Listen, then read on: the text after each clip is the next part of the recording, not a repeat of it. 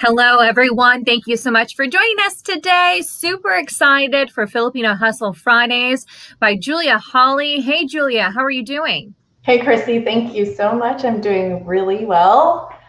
I am super excited to announce, and I have not announced, obviously, on my social channels about this series of videos. I am going to start focusing on some shows related to this topic about Filipino entrepreneurs and professionals. Very exciting. Yes. So this is a new project of yours, and super excited to see where this stems from. And I want to make sure everyone who's watching right now to share your comments and questions with Julia as well. And also share this live stream with your friends and families, because I'm super excited to learn the why and what this is all for. So let's go ahead and start with what Filipino Hustle Fridays is all about, Julia. Thank you. Yes, so I have some slides I've put together. I'm really thankful for this opportunity. I still will run my regular series of interviews with entrepreneurs with JH Creative, Get Creative with Us. But I wanted to focus on this topic about Filipino hustlers, so to speak. You know, the modern term now for entrepreneurs are hustlers. I wanted to focus on those who've made it already here in America and also in other countries as well. But I just wanted to feature some in particular that have done amazing things. So before I dive into that, I wanted to talk about my background as well. So like what Chrissy said, the why. It's really important to talk about the why and the purpose of anything you get involved with, because people will ask. And people care about why, right? Simon Sinek said that, start with why. So about the series, I grew up here in America. My parents actually moved here when maybe for my dad was here first, actually. He came here for grad school at NC State. And he, believe it or not, he had to choose between Tallahassee, FSU State, or NC State. It would have been odd if I was born in Tallahassee, right? And it would have come full circle. But I was born in Raleigh, North Carolina, and then shortly after finishing his graduate degree, he moved back to the Philippines. And so I lived there with my family for about 4 or 5 years, and he was a professor at UP Los Baños. It's called the University of the Philippines. Everybody knows it to be pretty much the top university in the country. So he still wanted to go back to America. He wanted to go back to the land of opportunity. And he left his comfort zone, and thanks to my mom, she supported him and moved from actually a really nice living situation there at the University of the Philippines, and moved to San Francisco, where I grew up. So, you know, they were the first generation to move over to California, and that's where my sisters were born in the Philippines. So we grew up there in the Bay Area, and you could say we're part of the second generation of Filipino Americans. So I'm really thankful for everything that they've done. At the time, it was a struggle. You know, my dad had tried different opportunities. He couldn't find a job. He was actually working at, if you've toured San Francisco, you might be familiar with Pier, you know, the pier there in Embarcadero, and then the touristy spots. He was there, Pier 39, selling Kodak films, you know, to tourists. He was just willing to work anywhere, and thankfully he was able to get a job just doing some coding work, programming work for a small company, and eventually discovered the need for small contract work for biopharmaceutical companies. And he built a business from the ground up and supported the family through that. And then on top of that, my mom babysat like 15 family friend kids. This is a picture of them grown up. This is a lot of them. We had reunited at my cousin's wedding, and it was really nice to see all of them in one place. It was amazing to see all of them, because I was one of the oldest kids helping out my mom, and I think deep down I was like, resentful that they took my mom's attention from me when I was in elementary school. But it was truly amazing to see. I mean, these kids, I remember vividly in 1989 when the great earthquake like hit San Francisco, we all were in a small home, and I had to help my mom transfer them under the table to pretty much prevent any injury. And anyways, just a little insight there of what my mom had to deal with, helping raise us at the same time and support the family as well. So eventually she transitioned from there to help my father grow his business, and it became a very big success. I didn't know at the time until more recently that it became $1 million organization.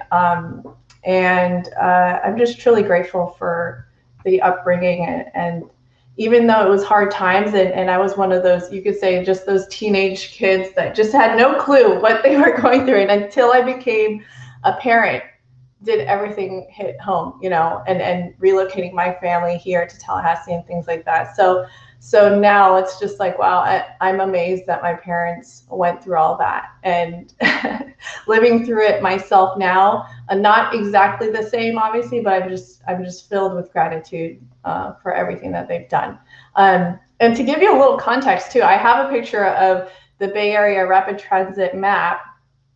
When I was in college, I'll back up a little bit too. So San Francisco's right here, and we had relocated to the East Bay area. See, I can't even. Yeah, it's probably like way beyond up here to Fairfield. So in the middle of my high school years, we moved out there because it was a better living situation, bigger house, cheaper costs, and my dad would pretty much trek for a couple hours and commute back to San Francisco for work, and even in Berkeley. So traffic, if you have not heard, and you probably have, is horrible in California, especially in San Francisco. So they commuted a lot. It's a commuting, situation. And then when I was in college, I was in Berkeley area, and I commuted to San Francisco. And that was to go to Academy of Art University. And that's where I majored in advertising design and got into communications and graphics and things like that. So I guess little did I know I was tapping into I didn't even realize that, thankfully, this technical skills that I learned from that degree would really benefit me in the long term. Just now that I'm able to do it for other businesses and things like that, I'm just really, it's nice looking back, seeing how my family, my parents have paid a huge price so that I could have this opportunity. And now I'm able to take that and take it to the next level. So anyways, that's my story. And what great role models to have, because I always hear this. It's so interesting. It's for entrepreneurs, people who become entrepreneurs. Typically, it's because one of their parents taught them that they were an entrepreneur themselves, and they visually saw it. Whereas some family and homes, the parents do the 9 to 5. And so typically those children grow up seeing that and mirroring that. And so it's interesting to see how that really impacted your life and sparked the entrepreneurship within yourself. Yeah, I didn't even realize that would, I never saw myself like one day I'm going to run my own business or start something, but it really is true. What you see is what you end up doing. It's hopefully for the good, right? And little did I know that I guess with their entrepreneurial roots, it would have a major influence on me in a positive way. Yes, thank you. And as far as Filipino success, and the reason why I'm choosing to focus on Filipinos is because I kept Googling it. I kept looking for different publications, and there was no central hub or central publication that was doing it in a modern and fresh way. So this is a passion project for me to not just only focus on shows covering this topic, but even just having some type of communication platform for Filipino entrepreneurs to connect. So that is in the works, and I can't wait to get into it in further detail. But anyways, that's just one of the reasons why I wanted to highlight these people, especially starting with this first episode. So who are we talking about? One of the first people I wanted to highlight was the executive chef, Cris Comerford. I hope I did not botch her name. But she was one of the first minority chefs who was appointed to the White House, starting with the Bush administration and then eventually continued on even through the Obama administration. She was an assistant chef, and she had been at major hotels prior. Laura Bush had appointed her to become executive chef at the White House, and it was a big deal for the Filipino culinary community, right, that she was appointed to be the executive chef there. And it's you'd be surprised that a lot of other Filipinos have not even heard about this. I just over the course of the last few years, I would stumble on these little articles that would feature Filipinos, and I was like, oh my gosh, this is exciting.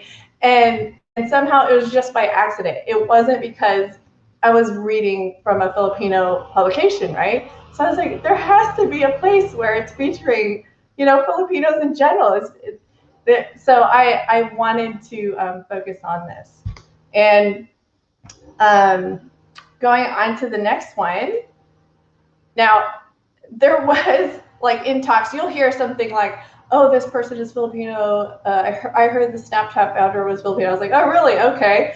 So you kind of take their word for it, but it's kind of neat. Like there's people in tech, especially in the Silicon Valley area. There's a lot of Filipino professionals, and California has the highest population of Filipino Americans in the country.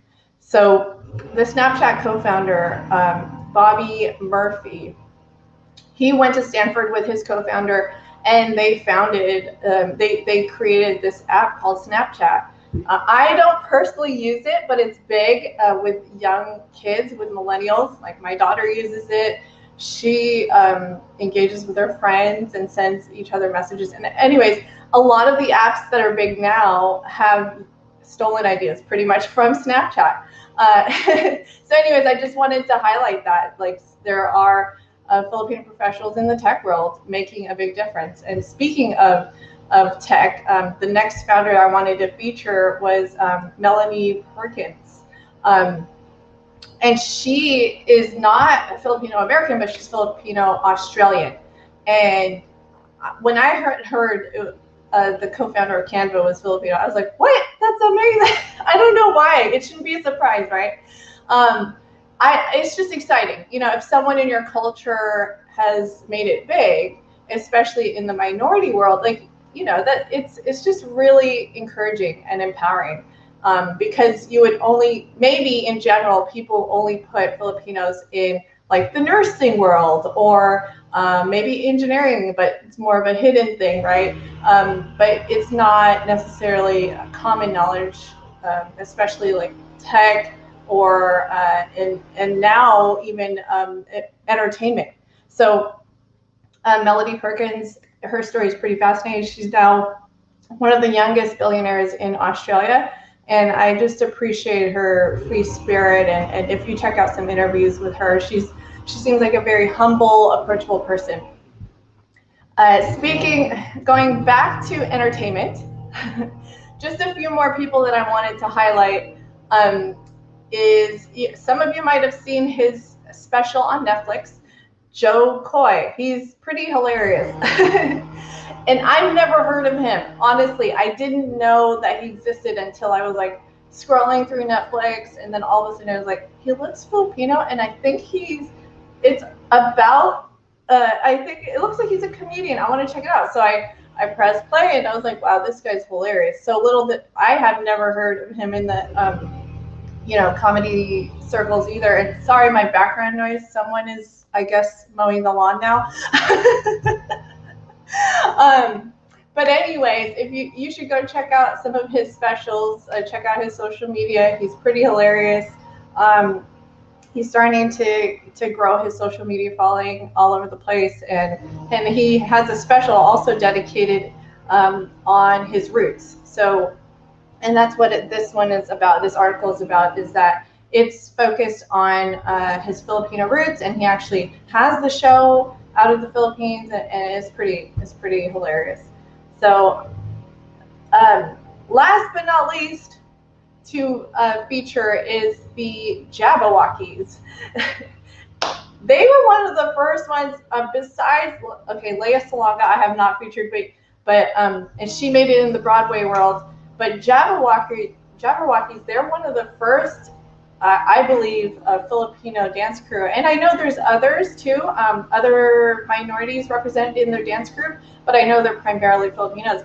And they won that contest, America's Best Dance Crew. And I remember thinking, wow, they won the contest. That's a big deal.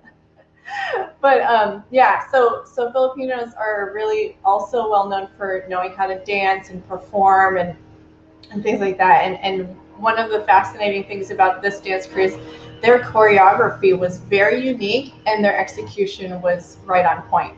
So anyhow, with that noise, and I hope it's not bothering you guys too much, I'll just give it back over to Chrissy and see if you had any questions to discuss, because we're keeping this show short and brief and to the point today. I think it's really cool that you highlighted, I didn't even know these people were behind these major platforms. And it's very cool that we're educating ourselves and finding out about these people.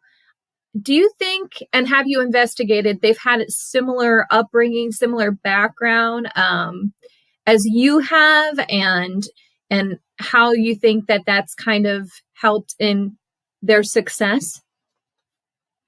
That's a great question. Honestly, I haven't dug deep yet, and I'm really looking forward to seeing if they'll have books about it, because if they did, I would have seen it.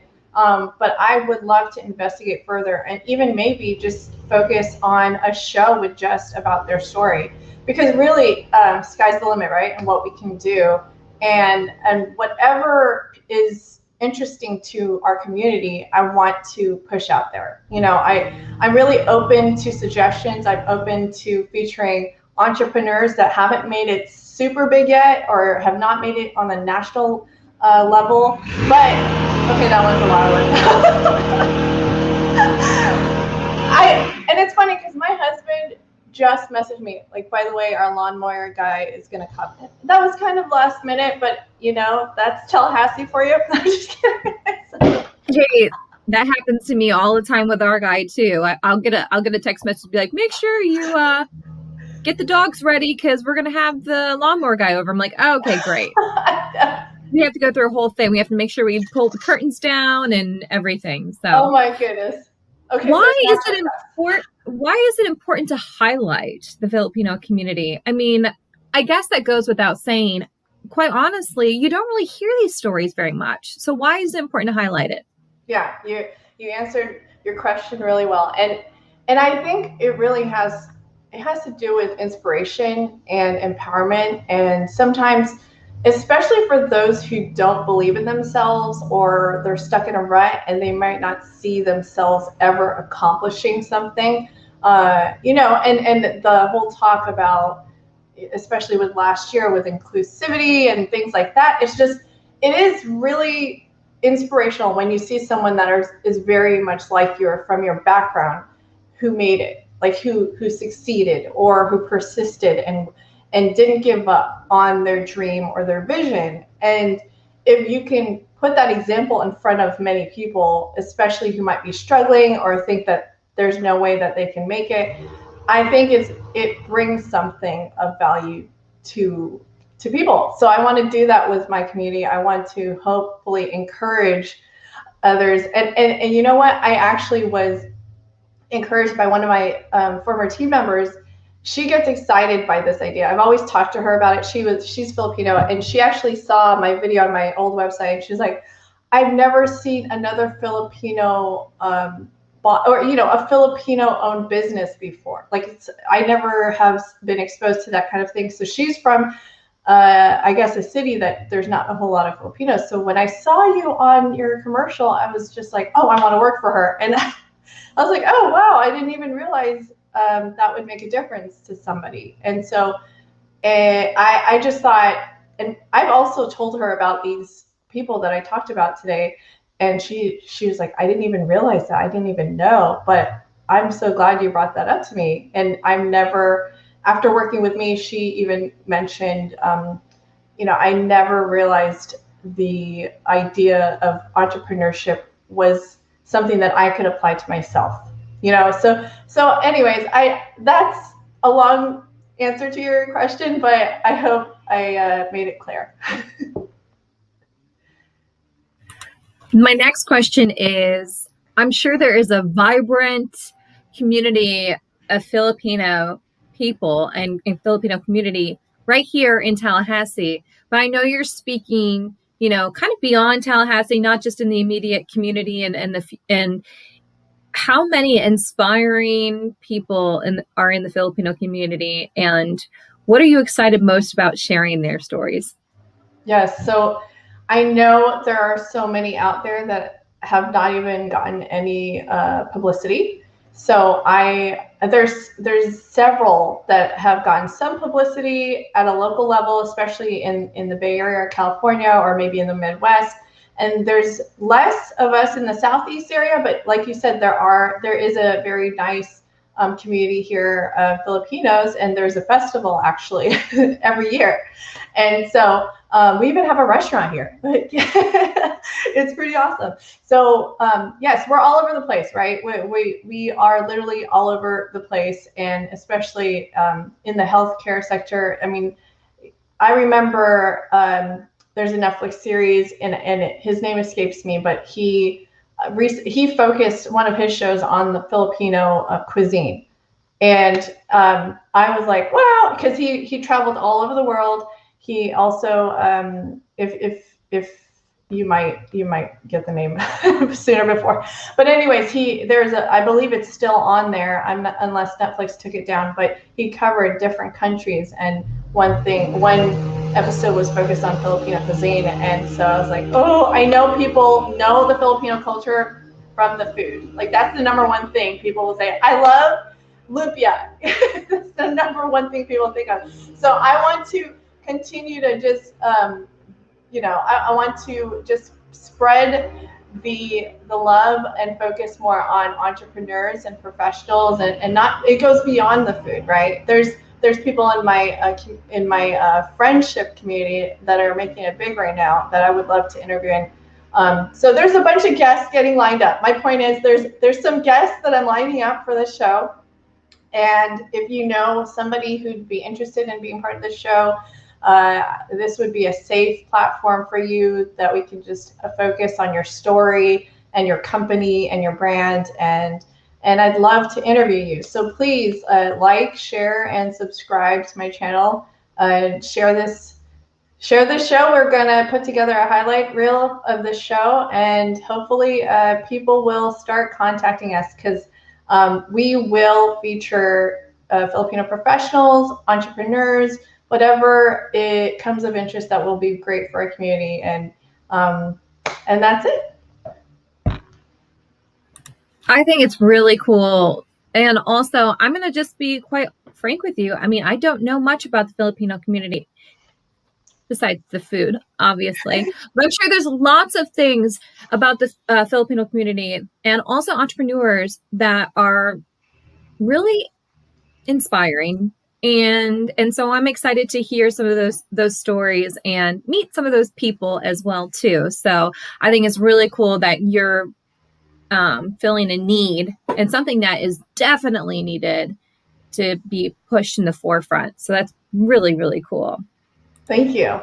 Yes, so our next show, we are scheduled out for April 23rd. Of course, y'all are welcome to also watch Get Creative with Jace Creative. It's going to be every other week. So we're pretty much interchanging the topics, thanks to Chrissy and all her help with the production. And so like and follow and share, get people to contact me. I will put together an email newsletter for everything related to Filipino Hustle Fridays, and branded for that as well. Thank you so much for taking the time to watch, and I appreciate you guys. I hope you are excited as me and Chrissy. Absolutely. Share, share, share. And I will see you very soon. Thank you so much, everyone, for watching. Make sure you join us back here. Everyone, have a wonderful Friday. Bye.